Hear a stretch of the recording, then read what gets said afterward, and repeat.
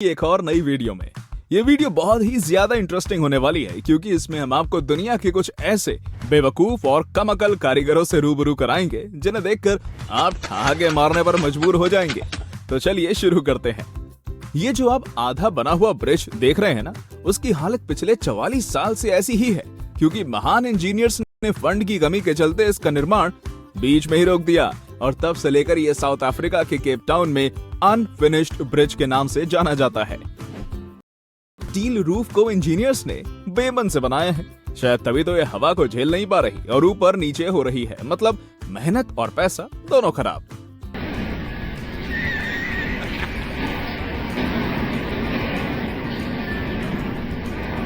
ये किस इंजीनियर का काम है भाई? मतलब यार, टॉयलेट सीट लगाने से पहले एक बार चेक तो कर लेना चाहिए था कि कहीं उसकी वजह से दरवाजा खुलने में दिक्कत तो नहीं होगी।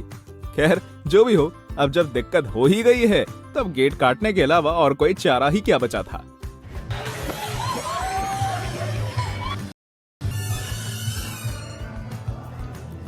इस मजदूर का तो क्या ही कहना, लगता है इसने पूरे दिन से कुछ खाया नहीं होगा, जिस वजह से सीमेंट को फ्रेम उसे यहाँ वहां गिरा देता है, जिसके चलते सीमेंट की तगड़ी बर्बादी हो जाती है।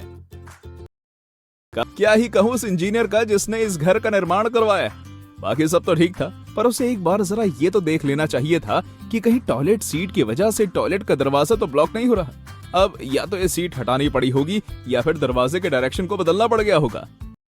ऑन करने पर अमूमन पानी सिंक में जाना चाहिए, पर इधर ऐसा कुछ नजर नहीं आ रहा क्योंकि जैसे ये व्यक्ति अपने घर के बाथरूम का टैप चालू करता है तब उसका पानी नीचे की तरफ जाने की बजाय सीधा सामने की ओर फेंकता है, जिससे टैप ऑन करने वाला व्यक्ति गीला हो जाएगा।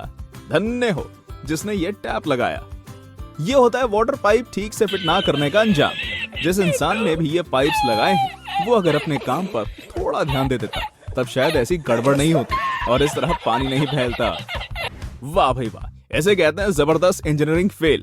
इस गोदाम के मालिक ने अपना माल पानी से सुरक्षित रखने के लिए ऊपर लोहे की चद्दर तो लगवाई, पर शायद इंजीनियर्स ने गाड़ दिया, जिसके चलते जब बारिश हुई तब इसके माल का पानी से जरा भी बचाव नहीं हुआ क्योंकि सारा पानी रूफ पर मौजूद सुराखों से अंदर आ गया, जिसके चलते भारी नुकसान हुआ।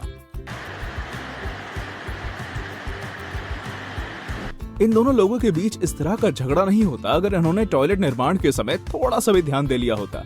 ऐसा लगता है कि शायद इन्होंने कारीगर को पैसा नहीं दिए, जिसके चलते उसने गुस्से में दो टॉयलेट के बीच एक दरवाजा बना दिया, जिससे लोगों को परेशानी आ रही है।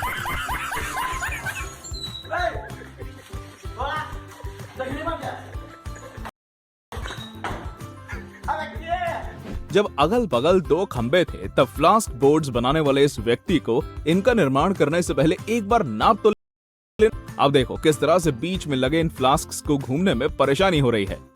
क्या टैप फिट किया है भाई? मतलब अगर कोई इंसान जरूरी मीटिंग में जाने से पहले इस जगह टॉयलेट कर गया और गलती से उसने टैप ऑन कर दिया ना, तब निश्चित ही वो मीटिंग में सही समय पर नहीं पहुंच पाएगा क्योंकि इस टैप के सामने तो उसके कपड़े ही गीले हो जाएंगे। किसका काम है ये? कोई पागल ही होगा जो इस तरह से सीढ़ियों के ऊपर सीमेंटेड रूफ का निर्माण करेगा। कॉमन सेंस नाम की भी कोई चीज होती है नहीं? अब बताओ, अगर कोई जल्दबाजी में ऊपर जाएगा तब उसका सर फूटेगा कि नहीं?